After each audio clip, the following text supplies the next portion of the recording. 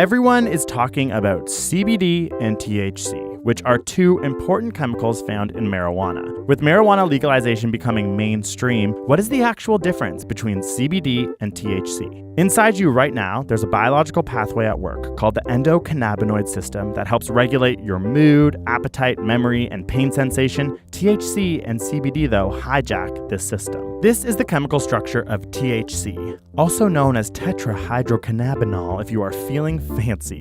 And this is the chemical structure of CBD, also known as cannabidiol. What you may notice is that their chemical structures seem almost identical. They have the same molecular formula, which is C21H30O2, and both of their masses clock in at 314 grams per mole. But there is one extremely important structural difference. Where THC contains a cyclic ring, CBD contains a hydroxyl group, and this difference in biochemistry actually controls whether or not you feel high. In order to fully understand why, you need to first know about the CB1 receptor. In your unstoned, sober body, your CB1 receptor is affected by a neurotransmitter called anandamide, which controls generation of pleasure, motivation, and feeding behavior. In your unstoned body, anandamide is released after exercising, and it's what causes a runner's high. THC's structure is so similar to anandamide that it fits in perfectly to the CB1 receptor, therefore causing you to feel high. CBD, on the other hand, because of the hydroxyl group, is different in shape and does not fit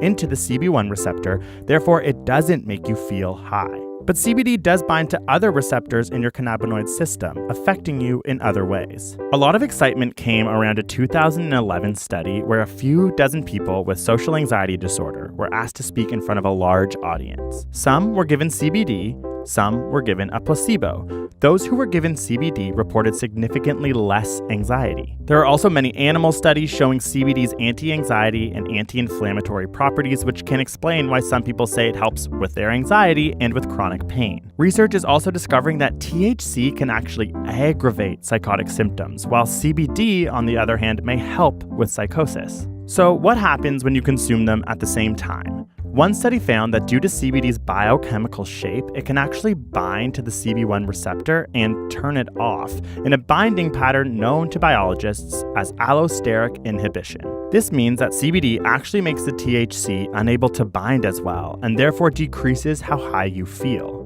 If you vaporize marijuana with 25% THC and 0.1% CBD, you will feel high, as the THC is going to bind to the CB1 receptor with little interference from CBD. If you consume marijuana with 25% THC and 12% CBD, this more CBD will inhibit the THC from binding to the CB1 receptor, decreasing THC's effect and leading you to being less high. Where marijuana is legally sold, likely they will indicate what percentage of THC and CBD is in the product you are choosing, which will help you to understand the effects it will have on your body. In the end, THC is a chemical found in marijuana with a chemical structure that makes you feel high. CBD is a chemical found in marijuana with a different chemical structure that doesn't make you feel high, but it can affect your body in other less obvious ways. There is still conflicting research and a lot more to understand about both chemicals. With more states and countries legalizing marijuana, hopefully increased research can uncover more details about how these two chemicals affect us. Because weed is now legal in Canada, we created a new series called Stone Science, where we make comedians get high and try to explain complex science concepts. Our first episode is about the respiratory system, so click here to watch it and let us know what you think as we continue to evolve this new idea.